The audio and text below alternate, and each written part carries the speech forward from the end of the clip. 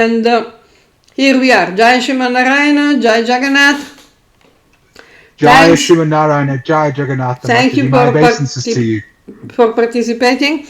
And you wanted to propose a topic, subject.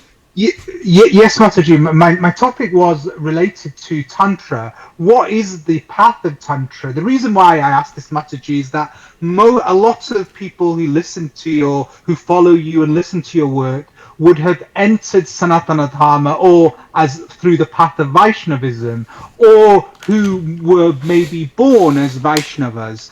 And it's probably an area or a line that we haven't had a lot of exposure to, or where we might have had misconceptions about.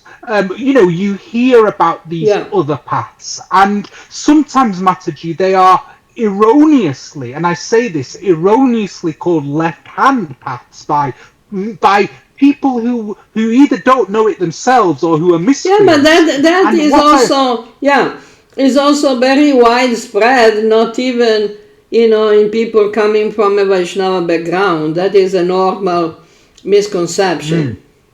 Yes. So what I wanted to understand today, Mataji, is what does the tantric path mean? What is its link to, where does it, if any, where does it enter? What is it about? And just growing up, we sometimes see that some of the devas and the exalted figures like Hanumanji, there's a, how shall we say, quote unquote, tantric form of these figures. And what I wanted to understand, Mataji, is where does this come from, what it's about, and some background on this would be really sort of helpful. So I'd just like to sort of hand that over to yourself, if that's okay. Yeah, sure. Okay. Right. So let's start with the meaning of the word itself. Tantra literally means power. And Tantra is none other than yoga and bhakti. It is one and the same path. Now, there are three main categories of Tantra. Tantra are also called agama. It's the same. Okay. So there are three main categories of Tantra which focus on the three main personalities of God, which are Vishnu, Shiva, Shakti.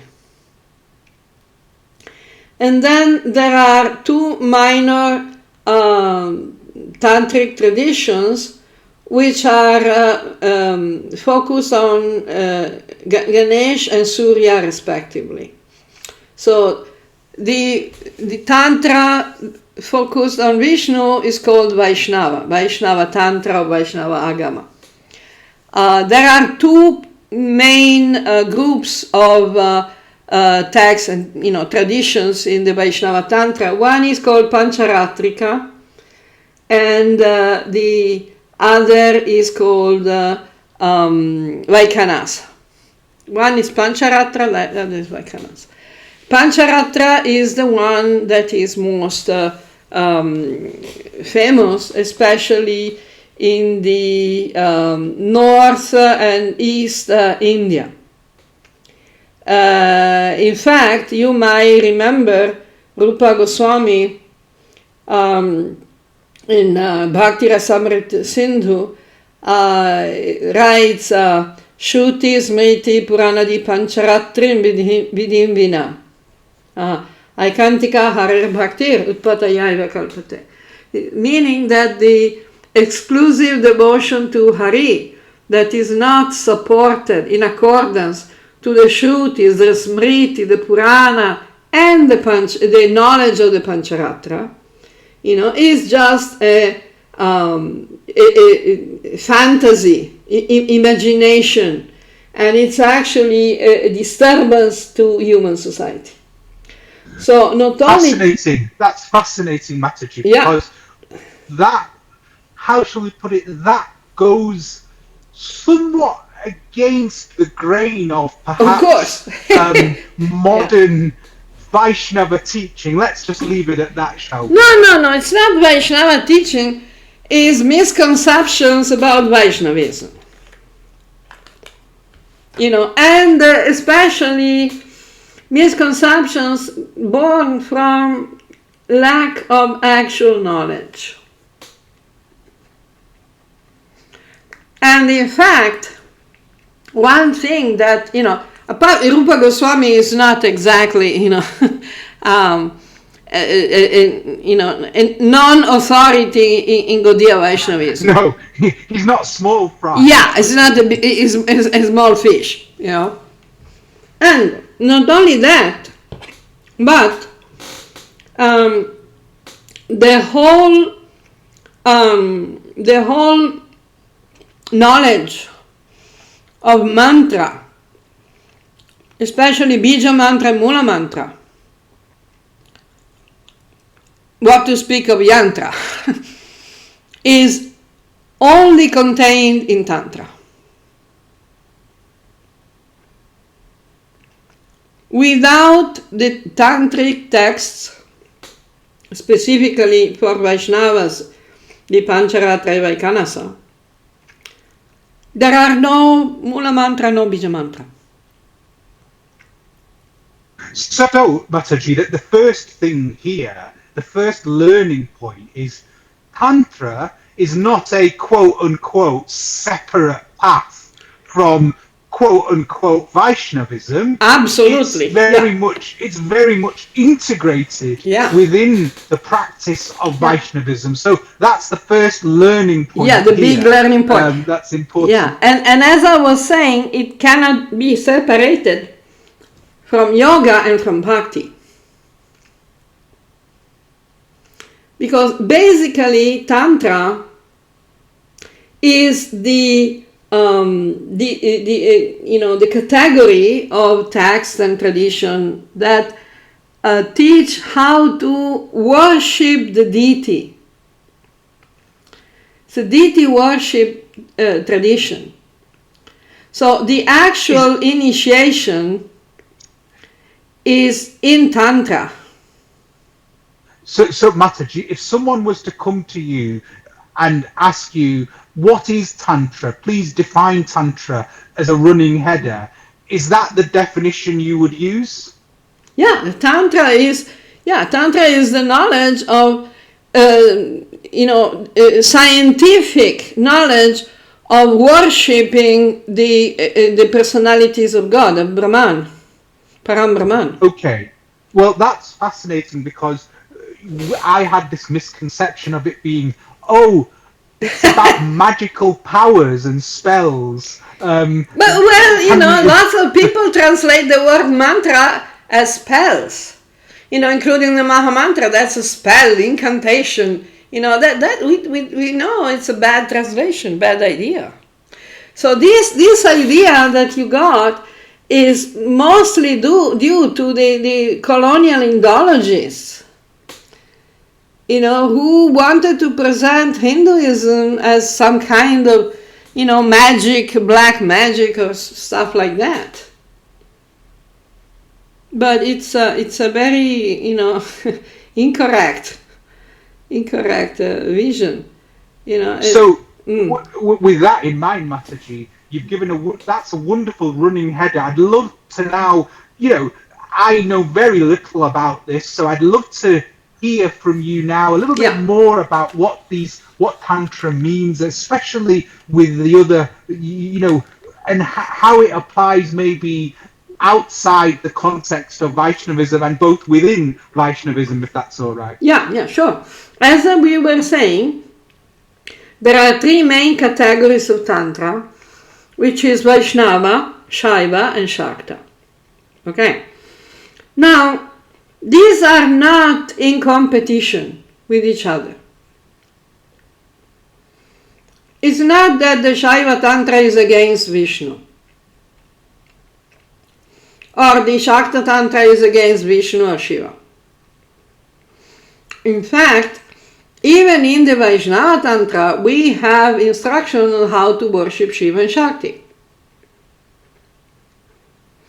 Now, we can compare the difference in these categories as different volumes in, for example, in the Encyclopedia of Cooking, where we can say that one volume is about, the main courses, and another volume is about the sweets, another volume is about the drinks, It's not that if you have to choose which one to follow. If you want to follow the main courses, you never drink anything. You never know how to make a drink. Actually, I should not know how to make a drink or how to make sweets. That's really interesting, Mataji, because again, herein lies another misconception, that the three paths are somehow separate. The three paths are somehow not in competition, but sectarian. Exclusive. We need to exclusive. Exactly. We need to overcome the idea of sectarianism. Because sectarianism is is a product of duality. And the entire Bhagavad Gita is explaining duality is not healthy. It's delusional. And if we actually go and dig deep enough, we'll find out that all the actual, acharyas in Vaishnavism, they explain, for example, that Shiva is non-different from Vishnu. So if someone is worshipping Vishnu but disrespecting Shiva, they're not, really devotees of Vishnu. Even Bhagavata Purana is clearly saying that. Krishna himself in Bhagavata Purana is saying that. And also, the idea that we can worship Vishnu without the Shakti is also not accepted by genuine acharyas. As you see, they say that Vishnu and Krishna is never alone. Krishna is always accompanied by the Shakti. Because the Shakti is the manifestation of the form, the name, the activities, the qualities. The Shakti is bhakti. Why we worship Radha Krishna, not Krishna alone? Because worship of Shakti is important. We go in the Vaishnava Tantra and we find, that within the worship rituals for Vishnu, we need to offer worship to all the Shaktis. And the yantras, if you know something about the yantras, you find out that all the parts of the yantras are also the companions and Shaktis and, the ayudha and everything. Otherwise, if it is not based on this specific knowledge, it's not going to bring the proper results.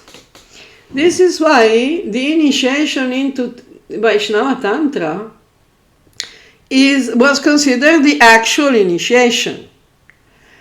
When they speak of Harinam initiation or Brahman initiation, that's not the traditional Chaitanya. Because the Harinam was distributed freely. That is the very essence and root and basis, foundation of the mission of Krishna Chaitanya, distributing the holy name freely. Without initiation. What's the need for initiation?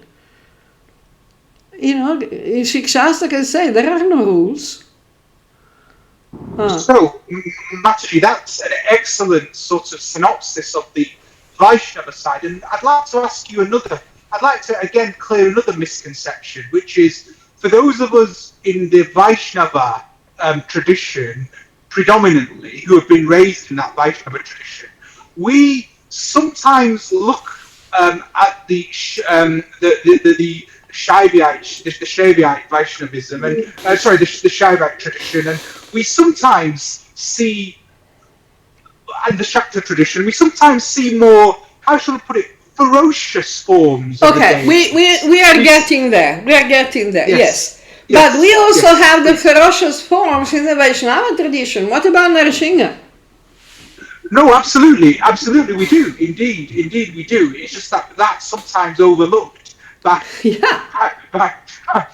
people as like being the norm, so to speak. So I'd love to hear you talk more about that, if that makes sense. Sure. You were mentioning earlier, the vama marga. Okay. Now, the vama marga is characteristic, especially of the Shakta tradition, and up to a point also in the Shaiva tradition, but especially in the Shakta tradition. Vama means left hand. Now, there are three main approaches to all the types of Tantra, but especially the Shakta tradition, that are the vama marga, the left hand, the dakshina marga, the right hand, and the mishra. You must have heard the family name mishra. Yes, I have. It's a very common name. It's an extremely common name, especially in Bengal and Orissa. Now, the information that I have, the knowledge that I have, is coming mostly from the tradition, the basic tradition from which the Gaudiya Vaishnavism developed, which is the Jagannath tradition. And is the tradition of Bengal and Orissa. So we are definitely in your territory. So, yes, absolutely. So, the vama marga, is the approach to Tantra that does not depend on the Vedic rules. The dakshina marga is the approach to Tantra that is in observance of the Vedic rules. And that's the distinction between the left and right hand path. Yes. Basically. And the mishra is the mixing. The word mishra, you probably know, means mixed. Mish, absolutely. Absolutely. Okay. So, which means that a person who is recognized as a practitioner, we can say, or even expert in the mishra tradition, is using both the Vedic approach and the non-Vedic approach. What is the difference between the Vedic approach and the non-Vedic approach? The Vedic approach is the Arya approach. Means very strict regarding the cleanliness and the hygiene, the propriety. We have to follow all the rules and regulations. That is also Tantra. It is called the Vaidhi Bhakti. Sadhana Bhakti. Because we follow the Vedic tradition. We follow all the system. We have the homa. We have we have specific initiation, we have particular mantras, we have particular types of worship, we offer particular things, which are in accordance to the mainstream Vedic tradition. Okay. Now, in the vama marga, we have a more intimate worship that doesn't care much for the Vedic rules, which is the most intimate form of bhakti. The gopis did not follow the Vedic system in worshipping Krishna. So we can say that the gopis were following the vama marga. Very interesting, Mataji, because I was taught or had the misconception that the vama, the left-hand path, is evil, Crowleyan invocation of demonic entities. Absolutely no. The right-hand path is the path of goodness. So I'd love to hear you talk a little bit more about that. Yeah, oh, definitely. This is unfortunately due to a lot of non-qualified people who pass themselves as tantrics. But they're actually not tantrics, they're just ghost worshippers. Tantra is not about worshipping ghosts. When Krishna says in Gita, those who worship the devas go to the devas. Those who worship the ghosts go to the ghosts. Bhutani yanti bhuteja. Those who worship the ghosts go to the ghosts. Tantra, there is no part of actual original Tantra that is worshipping ghosts or evil entities. Absolutely not. But many people, unqualified cheaters, they confuse the situation by presenting themselves as tantrics. So, Mataji, with that in mind, thank you for clearing that up. So, with that in mind, for those of us who are on the vama marga, the left-hand path, what does that involve? How does that differ? You've mentioned Vedic versus non-Vedic tradition. Yeah. What is the basic processes of that left-hand path, Mataji? The basic processes are especially open to people who are not very evolved. Now, in all the tantric traditions, including the Vaishnava Tantra, there are 3 categories of sadhakas. We will probably heard them about, as Kanishta, Madhyama, and Uttama. Yes, I've heard of that, yes. Now, in a more general tantric language, they're called pasu, vira, and deva.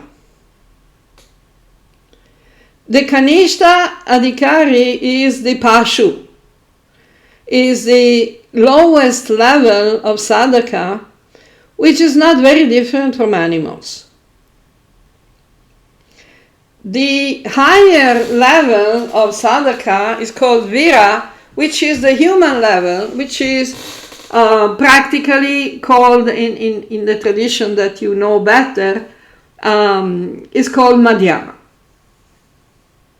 Yes. Then the level of deva is the uttamadhikari. Now, the kanishta or pasu level is more, tolerant in the Shiva and especially the Shakta traditions. Because in the vama marga of the Shiva and especially Shakta tradition, the pancha tattvas can be also interpreted as the very gross forms of material elements. So the famous pancha makara. You heard about the pancha makara? Yeah, I've heard a little bit about it. Okay. So makara indicates the letter M. That is the first letter of each particular, tattva. Each of these 5 tattvas. So they're called Mamsa, Matsya, Madhura, Madhya, Maithuna, and Mudra. Now, at the lowest level, the pasu level, the tamasic level, Mamsa is the meat, Matsya is the fish, Madhya is the liquor, Maithuna is the sexual intercourse, and the Mudra is snacking, like roasted grains. these things are offered to the deity by the lowest level of tamasic pasu sadhakas. And they are accepted especially by Shakti. So Mataji, when you mean offered, what does that look like, to the observer? Yeah, well, the animal sacrifice and, both of some kind of animals and some kind of fish and some kind of liquor. That can be offered, especially to Shakti, in some forms of Shakti.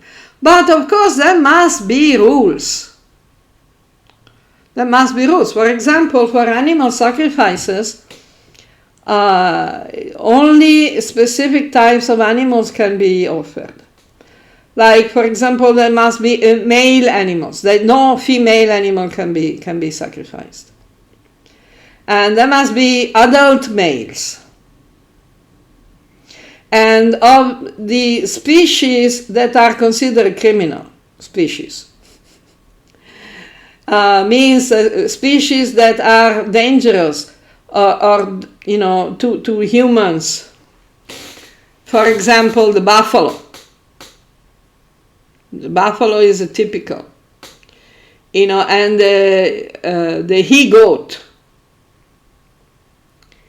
They are actually considered dangerous for human society and for cultivations. So they are allowed to be sacrificed. But again, no baby animal, no female animal, no cows, no no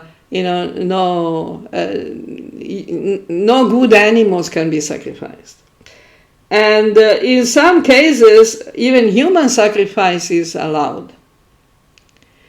But that is in case of human criminals. Now, the idea is that through the sacrifice, the blood sacrifice, the pasu, the sacrificial victim, is getting some benefits because they are liberated from karma. So they get a better birth. And the sacrificer, the devotee who's offering the sacrifice, is also instructed that he's contracting a debt, a karmic debt, towards these victims of the sacrifice, because it is a sacrificer that takes upon himself the bad karma of the victims of the sacrifice. That is why it is explained that the word, the Sanskrit and Bengali, I think, word for meat is mamsa. Mamsa means mam, mine, sa, that that victim. It becomes me. I mean, I'm taking the karma of the animal, of the victim of the sacrifice, which is, a crash course on, becoming more conscious about what you eat.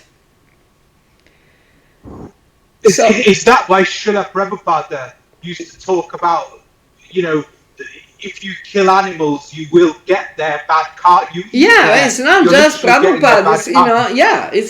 It's stated in the Smriti, abundantly. Say if you kill an animal, you're getting that karma. Getting the karma. In general, whenever you cause some suffering, you take something from another being, you're getting that karma from that being. If someone is,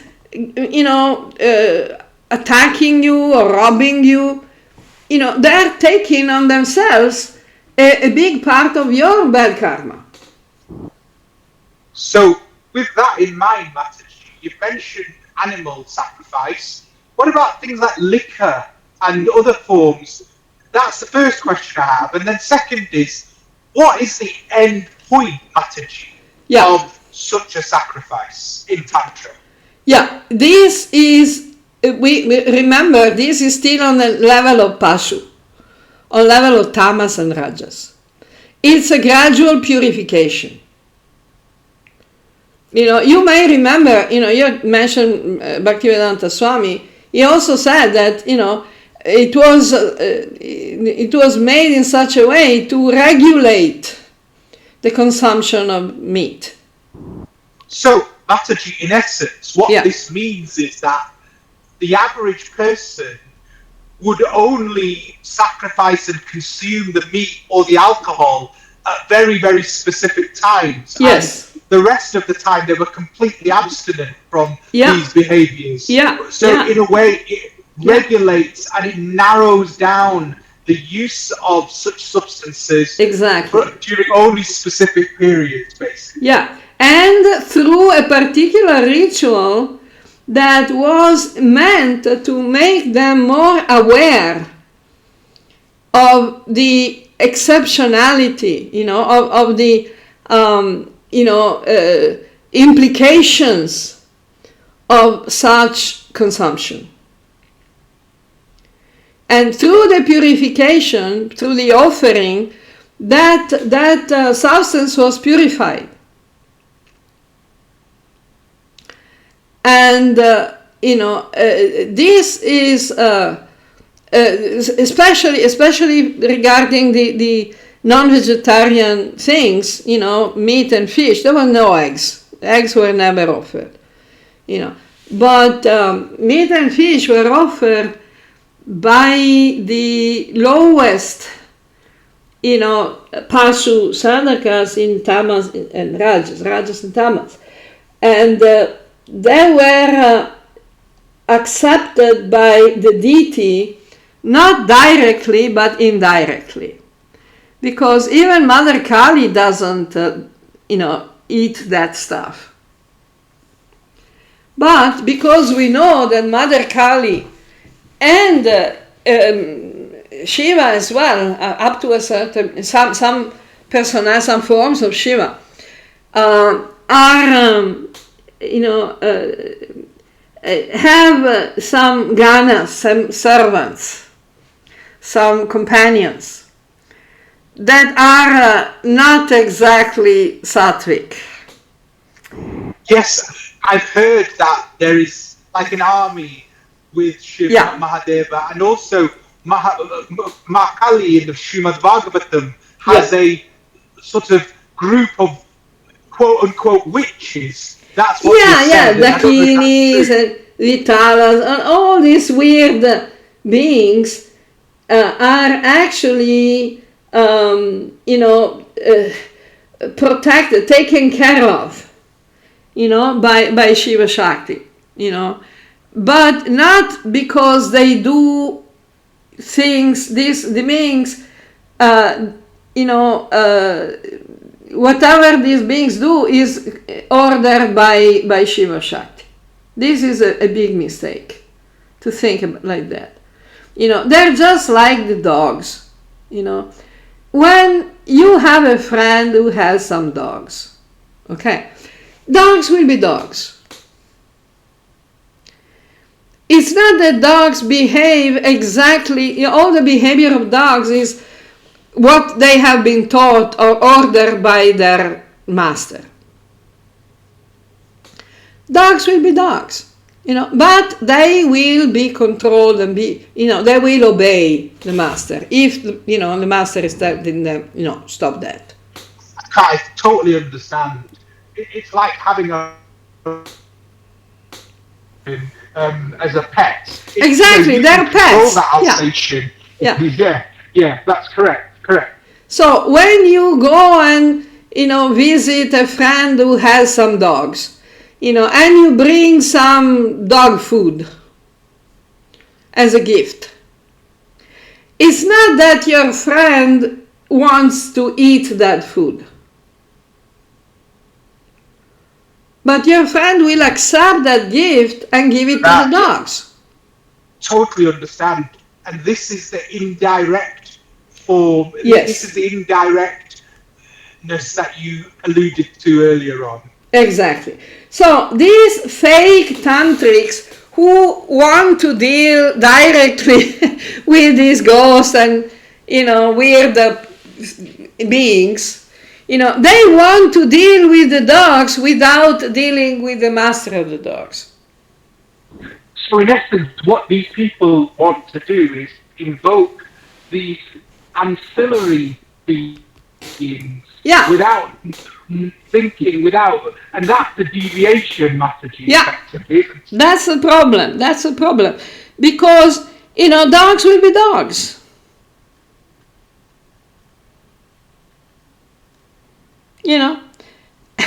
So even the master of the dog is not very concerned if the dog sometimes eats some, rat or some rabbit, because, okay, well, a dog will be a dog.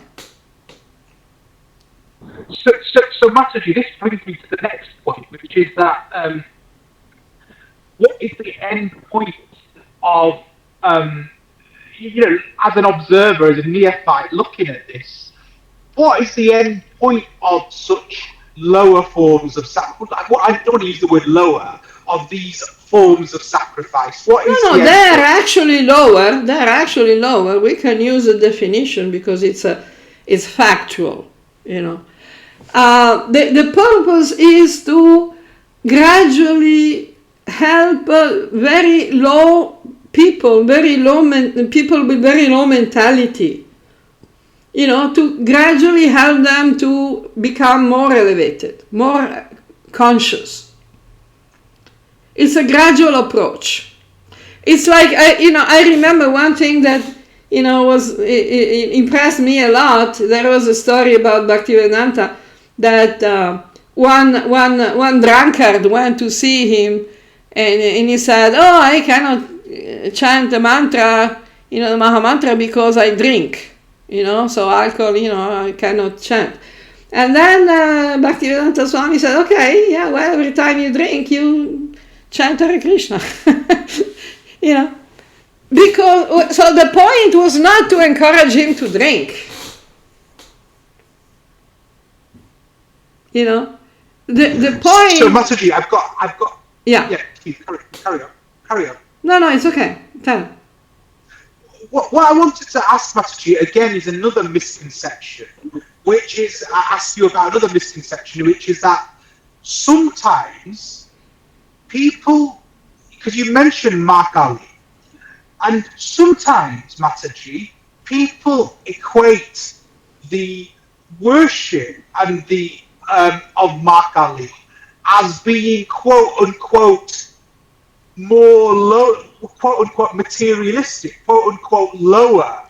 How do you separate that from the animal sacrifice that you've already said is lower, the problem, which is often done the problem is that they have seen probably, Kali sadhakas who were on the level of pasu.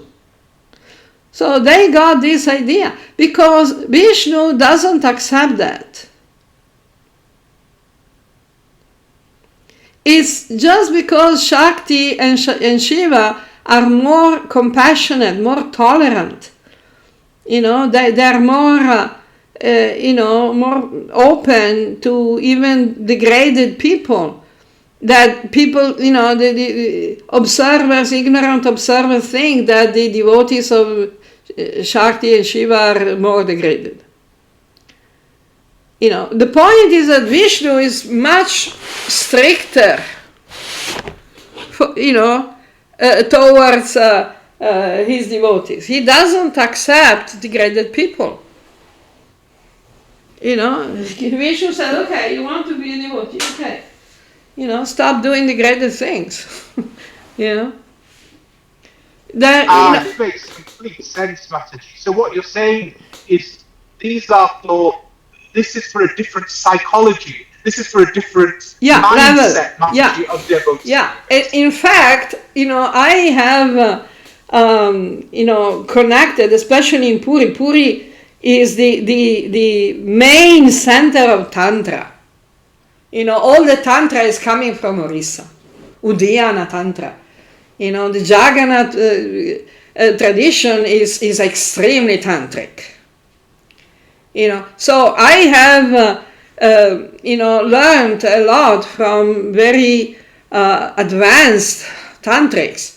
So they have explained that even this pancha makara, they can be on different levels because they're different tattvas. Like instead of the meat, the vira sadhakas are offering, if I remember correctly, some pithas, like pancakes made with urad dal. Like dosa, you know dosa, uttapam? Yes, I know dosa. They're very nice. Yes, they are. In Orissa especially, there are lots of these pithas that are offered to Jagannath normally. So what you say, Mataji, what you're saying here is that where the confusion has been to say, it's not the worship of Ma Kali itself that is quote unquote lower, but it's the offering of certain of certain animals and alcohol. It's a worship, type of worship according to the mentality of the worshipper that can be in tamas, rajas, sattva, or transcendental. But what people have done is they've said, it's the worship of Ma Kali. No, they're stupid. They're stupid and ignorant. What can I say? It's the means of worship, the material. Exactly. That is the key here. That's the point. And similarly, instead of offering fish, the vira sadhaka offers spinach with ginger. Spinach cooked with ginger. And if you notice, in the tradition, the Bengali tradition of the Chaturmasya, we have 1 month in which you abstain from urad dal, and 1 month you abstain from spinach. And it's not a coincidence. Because there was a very strong tradition, tantric tradition, Shakta tradition, both in Orissa and in Bengal. So people used to, offer these urad dal pithas to the deity, but in Chaturmasyas they were just abstained from it because they were doing special austerities, and spinach as well. Spinach is also, Chaitanya, Krishna Chaitanya loved spinach, shak. So why abstain from it? Because it is so much. Yeah. No, absolutely. This is now very clear to me, and where I perhaps had a misconception, Mataji, was that I was mistaking I was mistaking Kali worship as being. Whereas what I should have thought was actually the offerings of meat and alcohol are the lower forms of worship, not the deity itself. Yeah, not the deity, exactly. Yeah, in fact, this misconception is, downright offensive. Absolutely, Mataji. I think, again, I'm embarrassed that I had this viewpoint. No, it's okay. I mean, we all make offenses in the beginning. The anartha nivritti is the purification from offenses. It's 100%, Mataji, and I think this has been very helpful. Now, my next question, Mataji, is that obviously those of us who have been raised in a predominantly Vaishnava, so-called Vaishnava tradition, we don't have too many dealings with the more, how shall we put it, quote unquote, ferocious forms of Shiva. The Kal Bhairava and all these things. Well, it depends. It depends, again, from the vama marga, dakshina marga, or mishra marga. It depends, because the dakshina marga, you just worship, Vishnu in a, nice.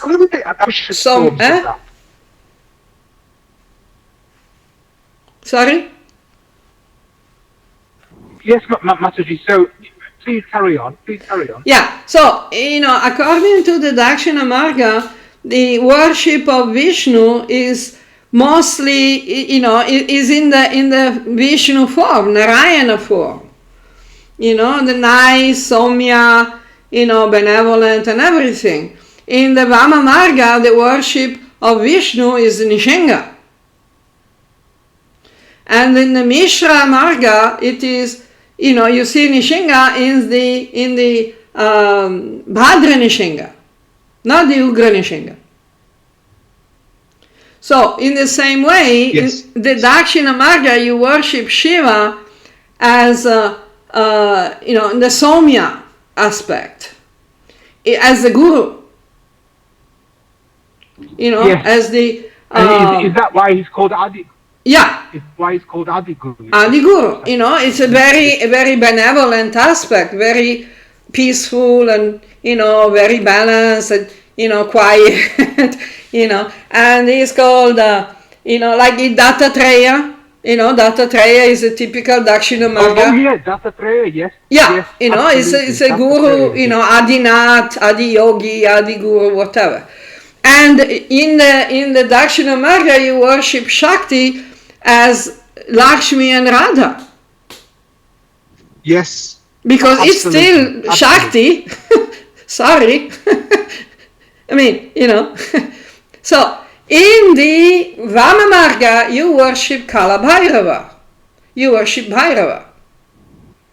Yes. And in the Vama Marga, and in the Mishra Marga, you worship Shiva as both, Bhairava. There are many forms of Bhairava. They can be benevolent. They are Kala Bhairava and the benevolent Bhairava. Like Batuka Bhairava. Batuka Bhairava is a child Bhairava. So it's not fierce, it's not ugra. It's still Bhairava, but it's, And in the same way, in the Vama Marga, you worship Ugra Kali. Ugratara. And in the Mishra Marga, you worship Bhadra Kali, you worship Nila Saraswati. Nila Saraswati is a form of Kali that is very benevolent. Is Saraswati. Okay, so Mataji, my question therefore to you is, you mentioned the more fierce forms of the deities. Yeah. What is the difference, Mataji, between that kind of reverence and reverence of the more benevolent forms? What does that translate into practice? First of all, what's the difference from the point of view of the deity to the worshipper, and also the worshipper to the deity? What does it look like societally, Mataji, as well? Does that make sense? Oh, Tantra is not a social issue. Tantra, yoga and bhakti are very private modes of worship. Very private. Yes. Confidential. But Mataji, let's say there's devotee A who does very much the dakshina marga, and then you have devotee B who worships Kala Bhairava, who worships those the vana marga. The worship of the more ferocious forms, Mataji, what's the perspective of that devotee? What does that devotee? Yeah. I believe you're familiar with the concept of Ishta Devata. Yes, I do. Yes, I do. Yes. Okay. So that is, that depends on the rasa, on the sentiment of the bhava, the emotion of the devotee. It's not that if we take one marga, we have to stick to it. We can go from one road to the other because there's no, it's not, there are no barriers. In fact, we have seen that in the Mishra tradition, which is the greatest example of there are no barriers between dakshina and vama. It depends on the individual, feelings, sentiments of the sadhaka.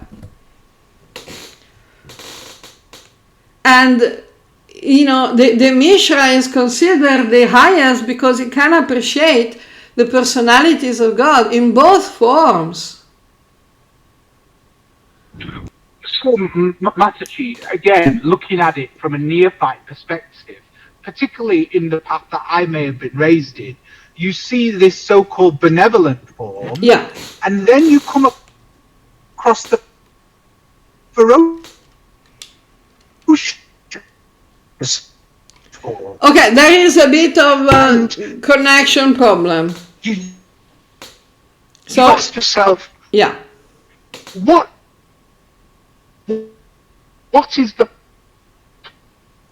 purpose? Unfortunately, there is some connection problem, and it's not coming out very clearly. You want to put it in the chat so I can read it? Write it down on the chat. Mataji, can you hear me now? Hopefully, can you hear me now yes. Now, let's hope that it stays. Tell again.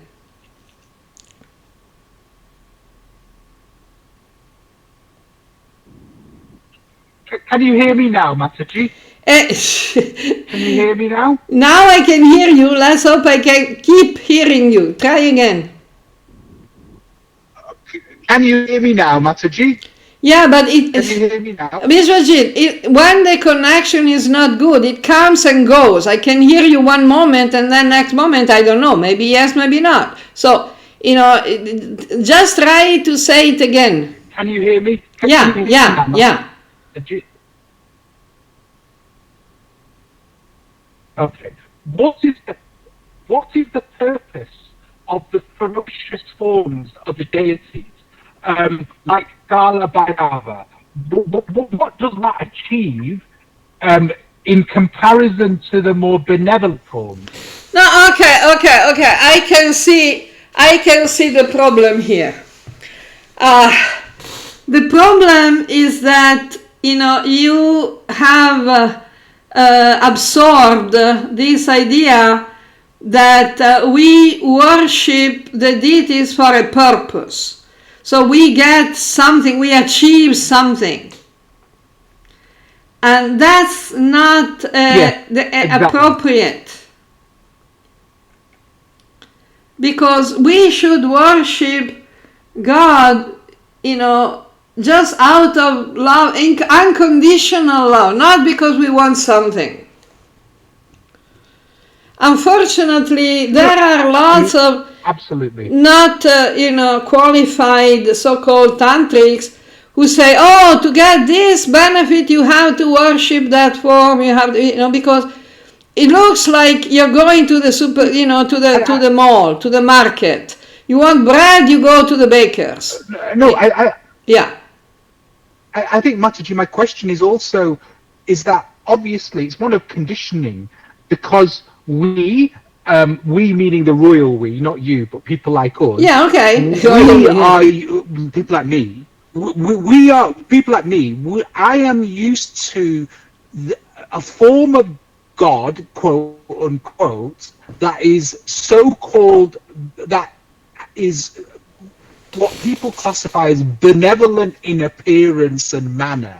Yeah. We then come across, Mataji, a more ferocious form of deities such as Makali, such as Kala Bhairava, and the Abrahamic conditioning kicks in because you're raised in a society where God is viewed in only one form, and that form is typically benevolent. And then if you read the Old Testament, that's not so benevolent. Ferocious.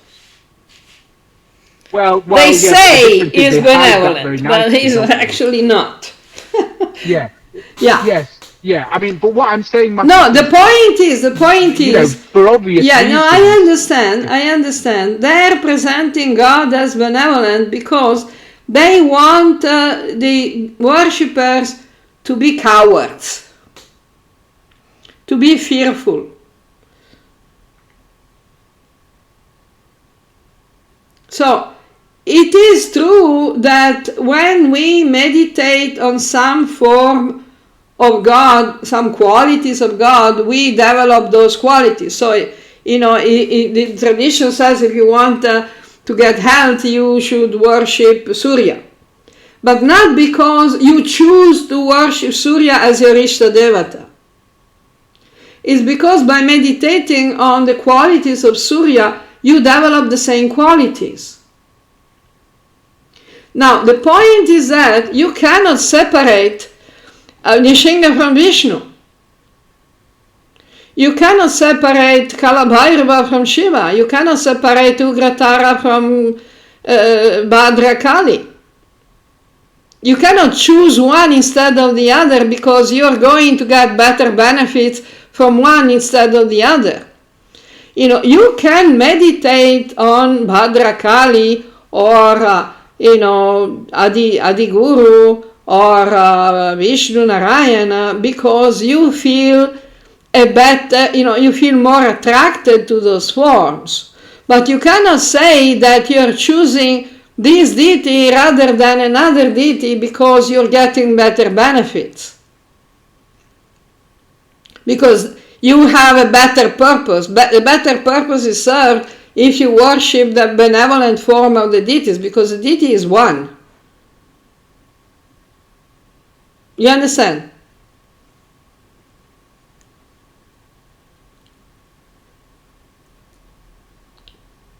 Oops. You there?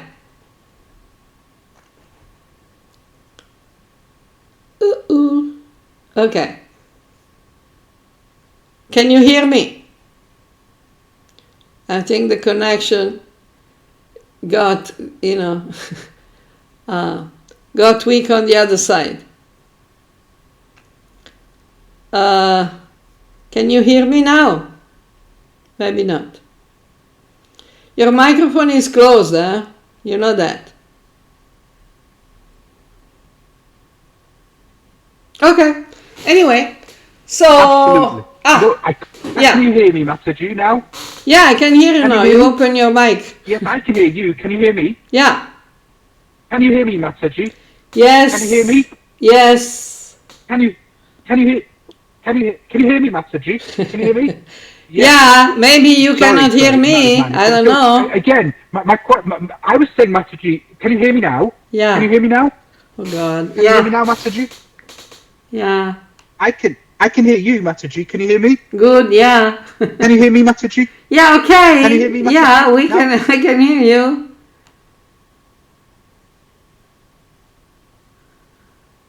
I could. Now, okay, maybe I think that we can stop here because if it goes on with these connection problems, it becomes difficult to have a normal conversation. Can you hear? The connection is not good, Vishwajit. If you keep, if the only thing I can hear in the video from your part is, can you hear me now? Can you hear me now? It's, it can get a little boring for people. Yeah, right. You know. No. Okay, let's re-adjourn. Let me close. If it is not too late for you, let me close and I open again. Can you hear me now, Masterji? Yeah. Then?